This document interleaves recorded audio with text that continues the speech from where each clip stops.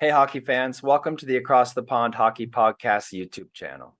If it's your first time here and you'd like to support us, please hit that subscribe button and that like button. It goes a long way in helping us develop the program.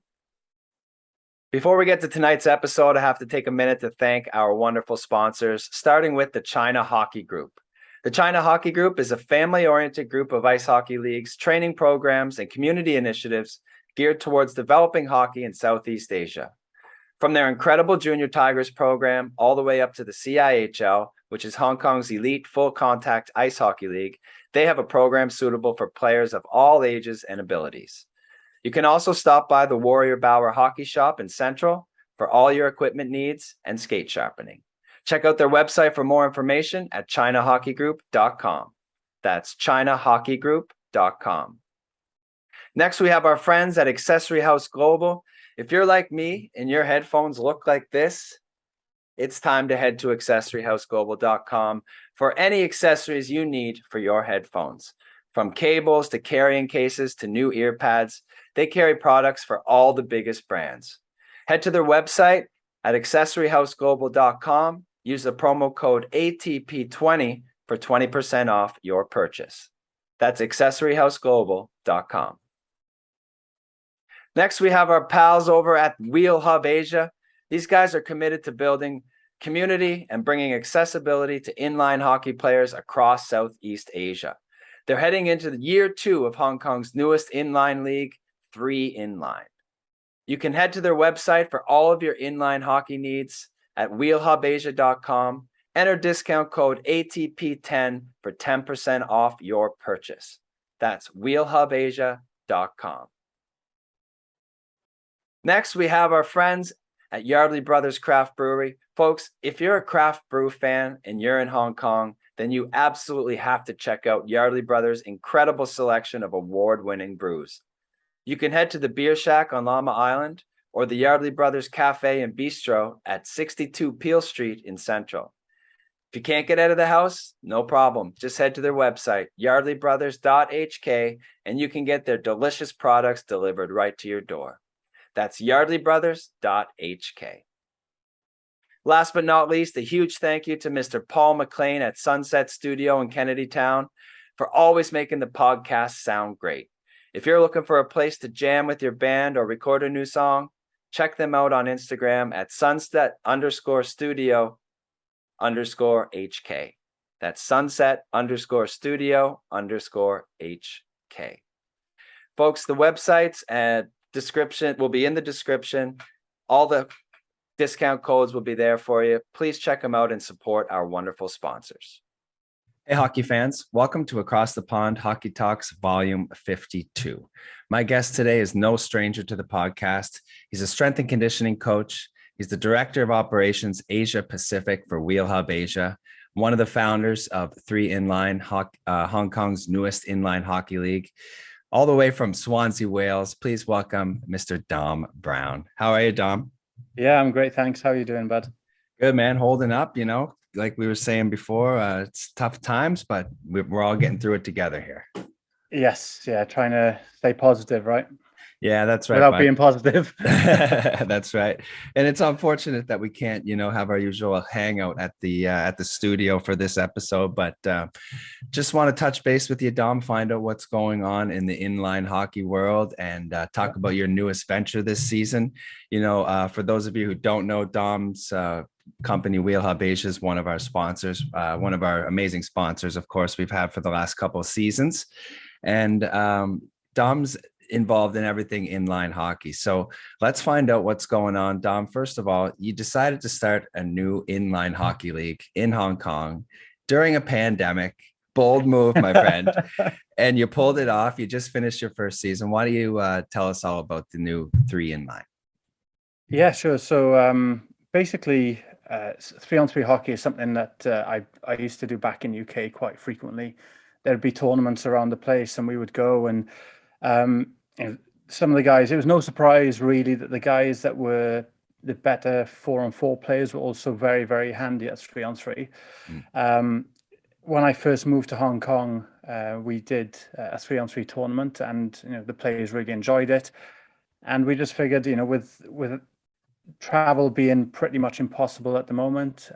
There's no tournaments. There weren't any tournaments going on around Asia at the time.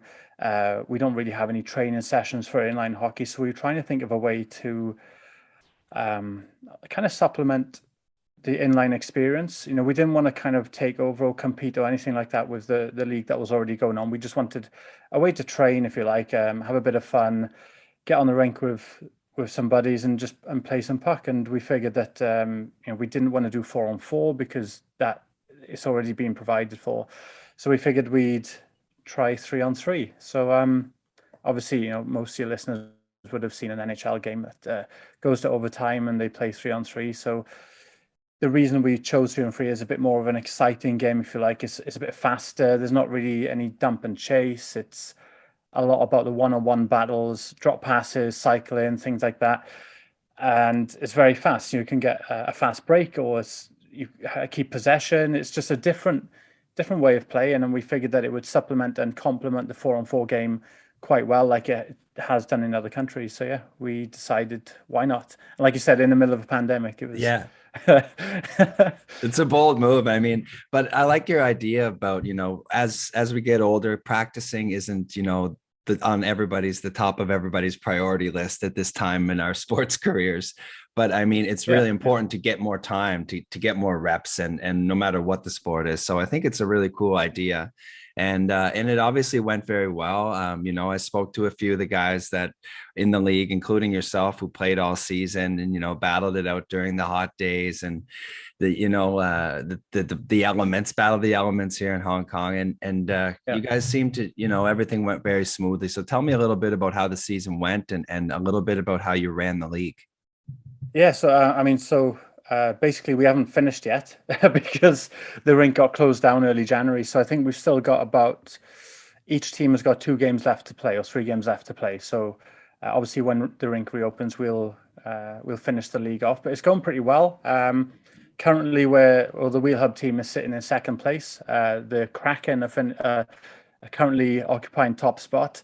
And I think, yeah, that's the team that Matt Lee plays for, and he's top of points as well. With Niccolo Hyatt is just below him in the points point race. But yeah, like you said, I think most people I've spoken to, actually everyone I've spoken to, has really enjoyed it. We have players that couldn't register this season for whatever reason, and they've said they want to play next year. So the feedback has been pretty good.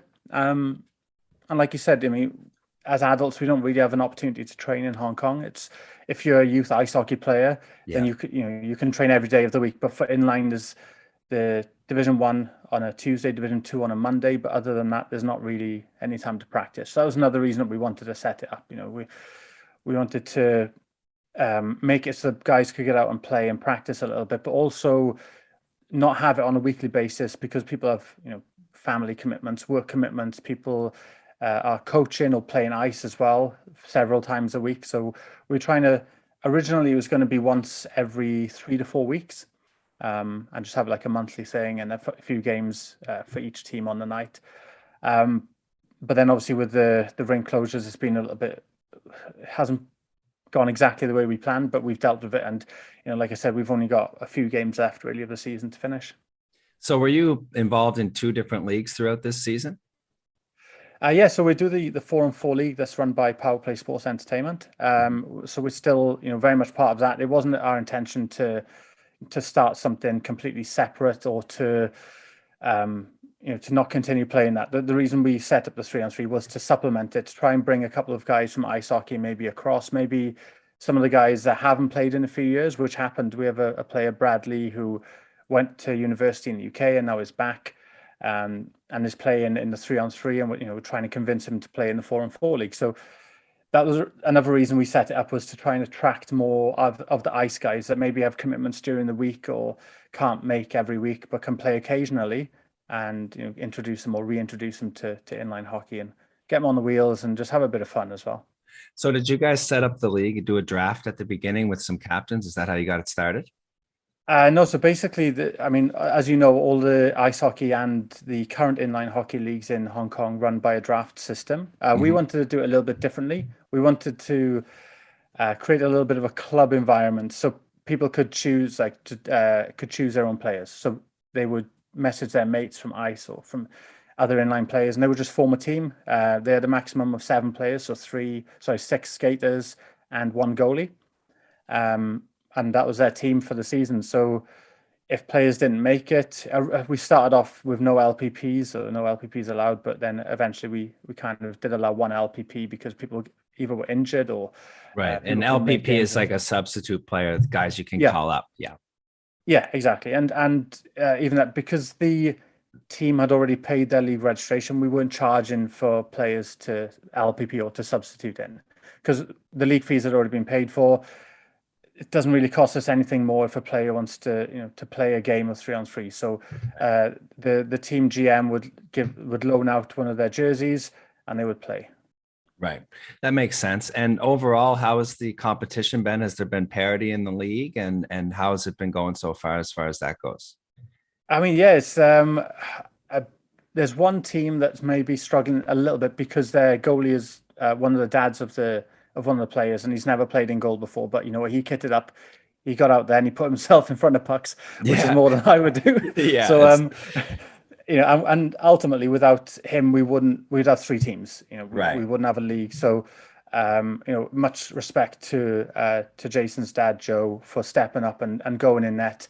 Obviously, when you've got guys like Matt Lee, Nicolo, the guys kind of shooting at you, then they're difficult shots to stop, even if you're a seasoned goalie. But for him to step in and block some shots, to be fair, is good. So I would say that in terms of outfield, it's pretty even. But obviously the goalie makes a big difference. Yeah, of course. And so you guys managed to get 3/4 of the way through the season. You got some good parity. What else has been going on? Have you had any youngsters that have come to want to join, or how is the age discrepancy in the league? So we set it as like a senior tournament or senior league, but anybody over 16 could play. We do have a couple of I guess younger players. I say younger because I think the average age is like 34. Right. Yeah. Some of these kids like 16, 17. Yeah. So yeah, they're playing on that team with they are JW Hockey, so they're playing on that team with Jason Wong and Joe Wong in that. But they have a player, Andy Hopkins, from Namibia, who plays in the Ice League as well, and he's kind of taken them under his wing a bit and done a great job with them, just teaching them, because it's a different game. It's completely different to ice, completely different to 4-on-4. There's more about vision, it's different style of hockey. And the first few games they would be kind of not dumping and chasing, but they would try to go end to end, and rather than keep in possession. So you go down, you take a weak shot, and then you lose possession, and then the other team has the puck for a few minutes, and you don't see it again. Yeah. And but after a while, they kind of picked up the idea of why 3-on-3 is different, and they develop well. And I think a lot of the players are the same. They start off, they've never really played that style before. But then towards the end, they realize, okay, we don't need to chase as much. If we keep the puck, we don't need to chase around as much. Exactly. I mean, it's the exact same as watching an NHL overtime. It's all about possession. I mean, it's sometimes super boring to watch. They'll curl back 5-6 times, throw the puck back to the goalie, like whatever they have to do to maintain possession. But it also, it like you said, it really invites creativity into the game, and it makes you try to beat guys one-on-one, which you don't see as much, especially in NHL hockey nowadays. Beating guys one-on-one is very hard to do. So it invites that creativity, and it's a lot of fun. So it's pretty cool, man. And I'm glad that things got off to a good start despite the pandemic, and it seems like you're off to a good start with the league. Yeah, for sure. And obviously one thing I do need to mention is that the reason we were able to kind of run the league and run it at such a low price for players was obviously due to our very generous sponsors. So I just want to give those guys a shout out, if that's cool with you. Yeah, man. So obviously Misty's Wan Chai Sports Bar, they're the league title sponsors, and they show all sports, but they have been showing more ice hockey recently, which has been great. TT Auto Beauty, which is a car detailing service in Hong Kong. AQ Strong, which is a training academy with so it's kind of like a bit of a gym, but more as a training academy for anybody with an athletic mindset. Locker Hooks, which is an awesome piece of kit, helps storing hockey equipment and lacrosse equipment easy and efficient. Dom Browne Fitness. I'm not going to talk too much about that one. Carlsberg, and of course across the pond, you guys donated some awesome game MVP prizes, which we've given out at the end of every game, and the beer koozies and the t-shirts, and those have gone down really well too. So thank you for Excellent. those. Yeah, you're very welcome. I'm glad it worked out for you. I mean, it happened pretty quickly. We were really happy to be on board. It was our first time getting involved sponsoring something like this. So a lot of fun, and it's a small hockey community, and it's important, I think, that we all keep working together here. 100%. Yeah. So Dom, the inline region, the inline hockey in the region obviously is slowed down because of the pandemic. We're not crossing borders right now. Is there any future here for inline to be more of like a Southeast Asian sport where teams are traveling around and playing against each other? I definitely think so. I think before the pandemic, there were quite a few tournaments, either that were going on or that were planned. So obviously the Hong Kong Inline Cup used to be one of the biggest inline hockey tournaments in Asia. The Malaysia Inline Hockey Tournament, again, has been going on for a while. Before that was the Singapore Inline Hockey Tournament. There was the Asia Alliance Cup, which was, I think it was due for the May as the pandemic started. So that hasn't gone on. But there's quite a lot, there's the tournament in Thailand that happened recently in Chiang Mai. And I know Cambodia are organizing a tournament in April this year. So there are a lot of tournaments going on in Asia. I know that might sound a bit strange, but there used to be a lot more travel obviously going on. Like I went to the Malaysia Inline Hockey Tournament back in 2019 before everything started, and it was an awesome tournament, really, really good. I'd love to go back there. It's just with everything going on at the moment, It's been impossible. And obviously, going to Chiang Mai, I'd love to go to Thailand. It's one of my favorite places in the world, and to go there and play hockey would be a dream come true for me, for sure. Yeah, I've been talking about this a lot lately. Seems like, we're all talking about the good old days in Hong Kong and and reminiscing, and especially the new people who've arrived the last couple of years, and just talking about all the opportunities that we have thanks to guys like you and other expats who are around Southeast Asia, starting these leagues like in the 80s, 90s, early 2000s, whenever they all started. And now we've got all these opportunities to travel on weekends to these beautiful countries and amazing destinations, like you said, Thailand, Malaysia, the Philippines, Singapore, all these places that we've been able to travel, whether it's ice hockey or inline hockey. It's like this community continues to grow, man, and it's a lot of fun, and it's really cool to see. It's really good to see, and obviously, big shout out to Keith Fong from Power Play Sports, because I know he does a lot of organizing these tournaments and stuff, and he organizes the 4-on-4 league on a Monday and a Tuesday. And I think without his input and dedication as well, it wouldn't be where it is today. And I think even though Keith started, I guess, in the ice hockey community, and then started getting more involved with inline, it's really good that the connections are there. And like I say, the community needs to work together.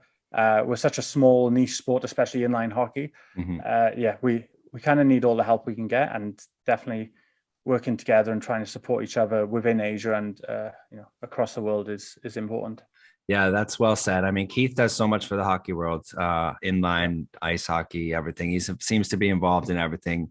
One of those go-to guys for me anytime I have a question or a problem in the hockey world here. He seems to be able to help. So yeah, shout out to Keith Fong.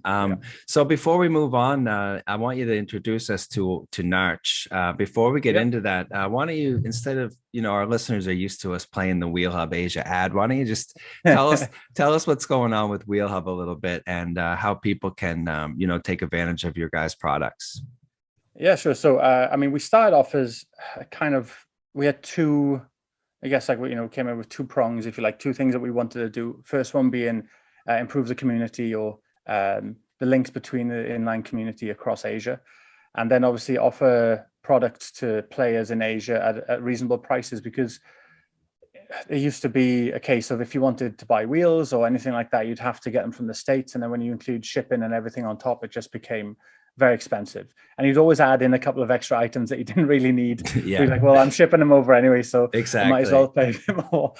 So we through my, I guess, experience of coaching and playing around different parts of the world, meeting people from different brands, I decided to just reach out to them and say, listen, we've got this idea. We want to offer these products, top quality products at reasonable prices for for players in Asia, because like I mentioned, shipping them in from the States or from Canada it's not always the most cost effective way. So yeah, that's kind of how Wheel Hub Asia was born, really. We wanted to, all of us involved are very passionate about inline hockey. We grew up playing inline from a young age. We've been, like 2 out of 3 of us have played in North America, in Europe, and we've coached and things as well. So it's something that we're passionate about, something that we wanted to give back to the sport.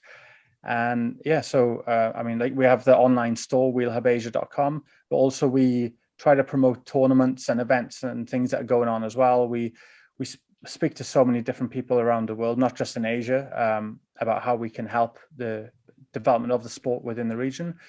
And yeah, that's kind of why we on our next topic is talking about Natch, like you mentioned, and that's one of the reasons that we wanted to experience that.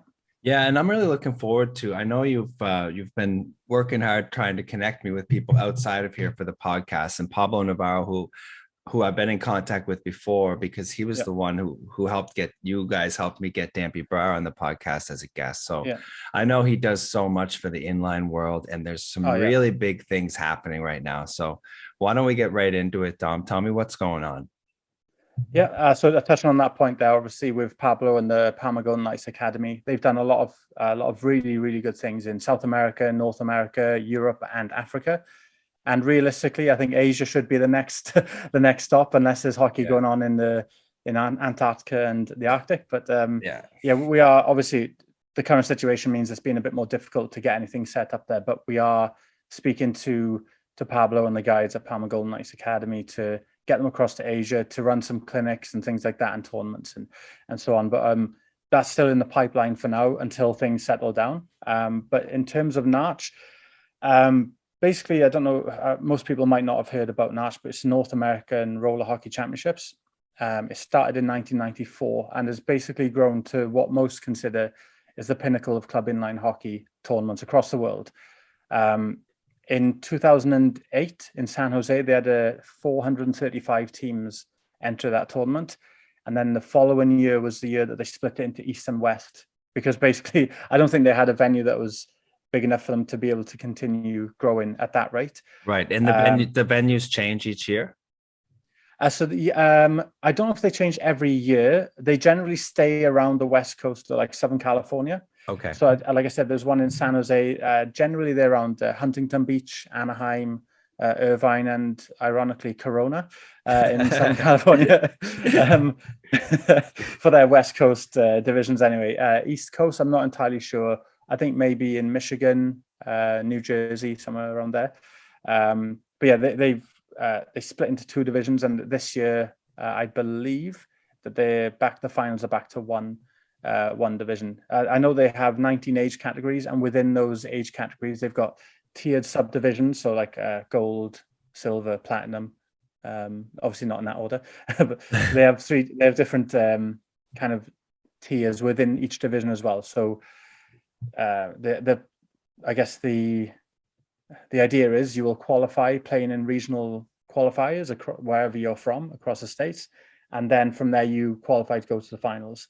And obviously the better teams will be put in the platinum division, and then maybe the slightly weaker teams will go into the silver division, and then somewhere in the middle will be gold.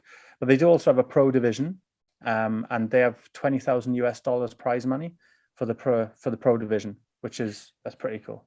Where does most of the pro inline hockey, where is it mostly played? Funnily enough, Spain and France is probably the 2 biggest pro inline leagues. So in Europe, okay. A lot of the like Americans and Canadians from the national teams, a lot of Czechs will play in France, Spain, and even Italy now. So yeah, it's in terms of regular professional leagues, mainly in Europe, but they do have the pro divisions where teams like Palma Golden Knights and teams like Connex and Mission and all these other teams will enter teams, and some guys will like fly in especially for that. Some guys that are already based in the States will play. You get NHL players playing. It's quite a lot actually of NHL players that have played in Natch. So Patrick Maroon obviously being the obvious one, having won 3 back-to-back cups. Yeah, he's going for his 4th cup. Yeah, I mean, I think they The just big lost, rig, right? the big rig. The big rig, yeah. So Yeah, I mean, he's obviously a big advocate of the sport. But then you've also got players like Alex DeBrincat, yeah. Dylan Strome, who are playing on a line with Patrick Kane. You've got Dylan Larkin, Carl Connor, Jason Zucker, Chris Terry, Jake Virtanen, and many, many more of the Wow. NHL guys in the current, I guess, current class of the NHL are have played at Natch. Right. So if you is if it's you got you said it's widely considered probably the biggest and maybe best representation of roller hockey in the world as an Yeah. international. Is there other international events that are taking place that we're not even that I'm not aware of, like that are just as Yeah. big or I mean, obviously, I need to add a caveat. There are other club tournaments in the States as well, in Canada, that that are good. Obviously, I don't want to only promote Natch. I'm just talking about Natch because that's the yeah. one that we're focused on going to. There's State Wars, which is currently ongoing at the moment, which is another great tournament. And then there's Tours, which is mainly based out of Florida, from what I understand. So there's a couple of other ones as well in terms of club tournaments, but also then you've got the World Championships, which are happening later this year, I believe.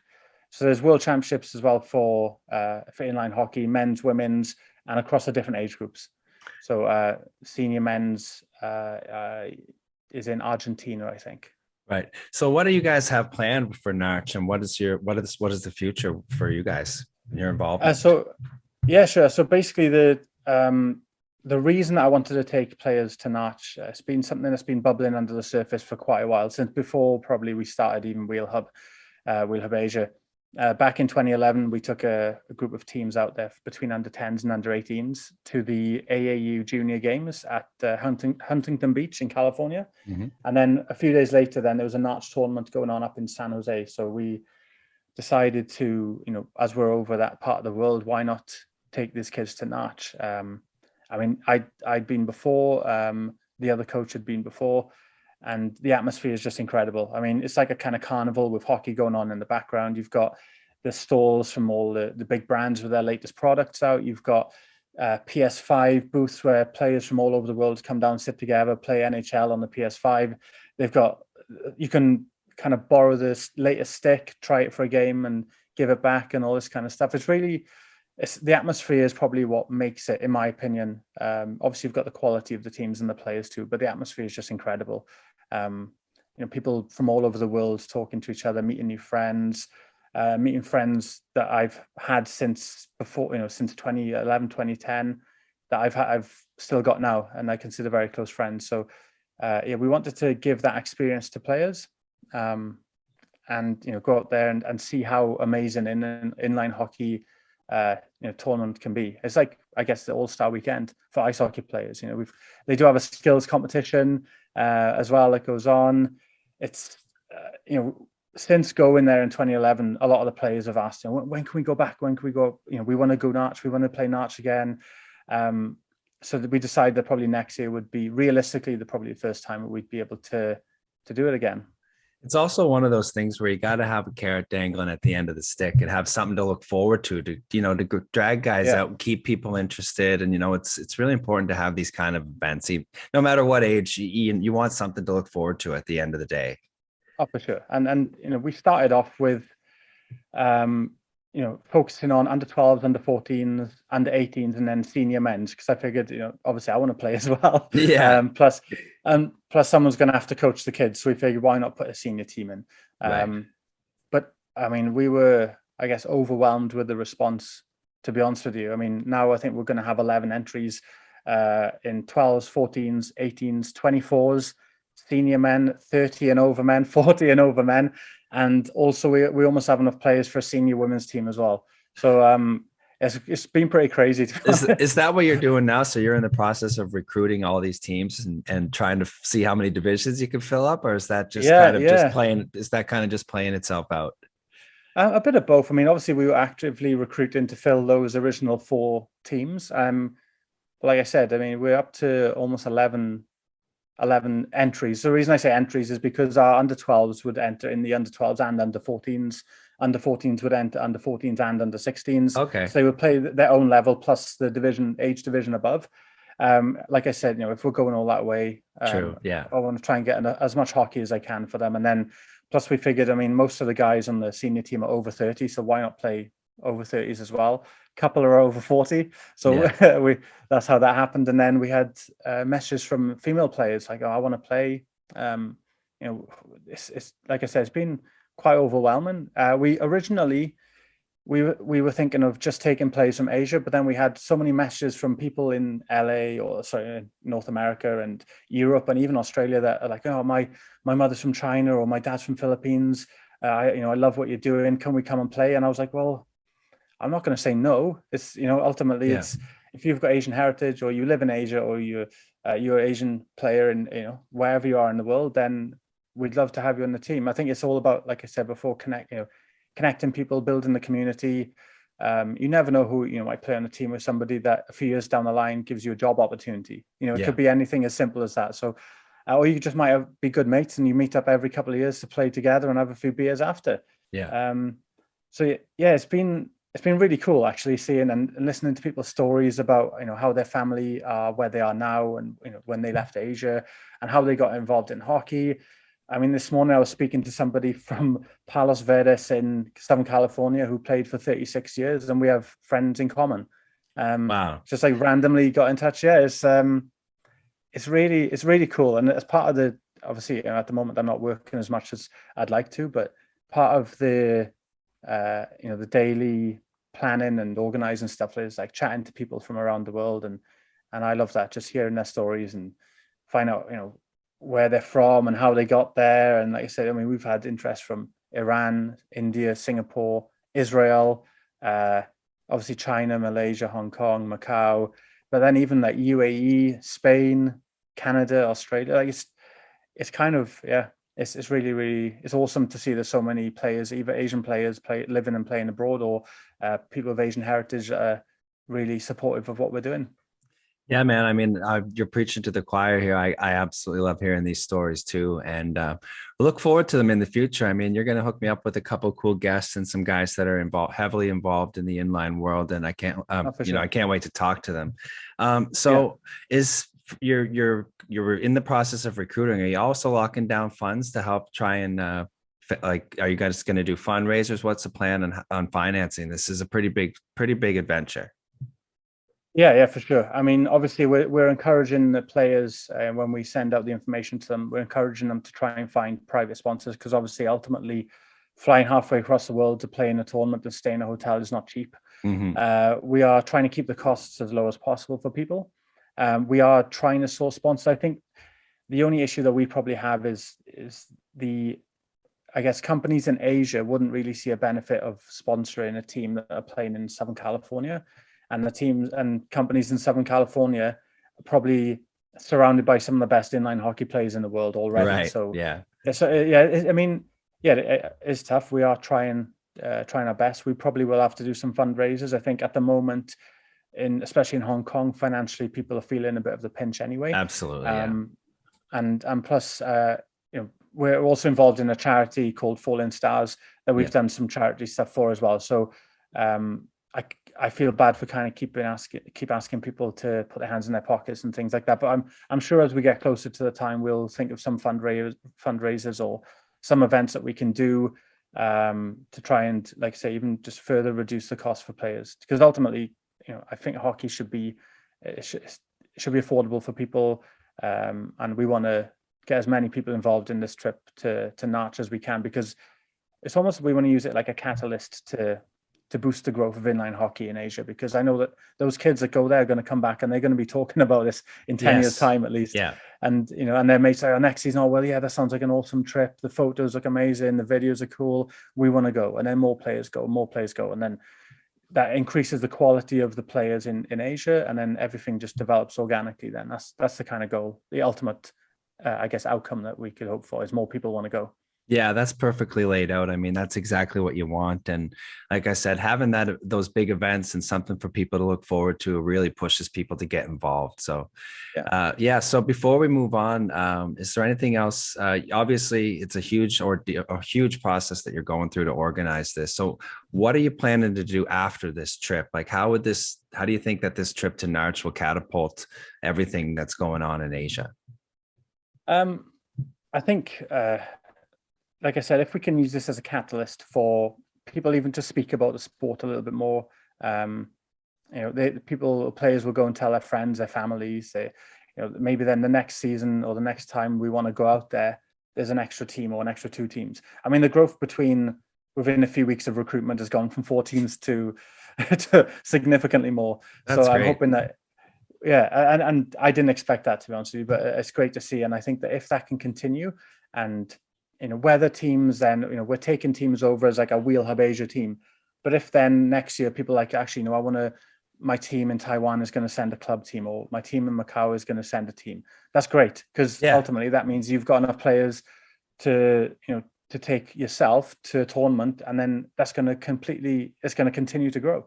that's right. And that's the goal. It's not, I don't want to make a team full of superstars, from Europe and North America. That's not the point. The point is to take players out of Asia to something new that they haven't been to experience that, and then use that and go back and just talk about the sport and spread the word and get their friends interested. And I think like I said, that's for me is what we want to happen. But we'll continue doing what we can even after March. We hope to make it a regular occurrence. Probably every other year, so my wife doesn't get too mad. Yeah. Obviously, collaborating between the people that go across Asia or from wherever they are in the world with that Asian heritage, keeping in touch with people and chatting and saying, okay, now what can we do next? How can we continue to grow it, and how can we use that trip as a catalyst, and then going forward, keep on doing that, on a regular basis. I've been fortunate enough to go to Europe and to North America to play in various tournaments, and I just wanted to, try to do the same for the players in Asia.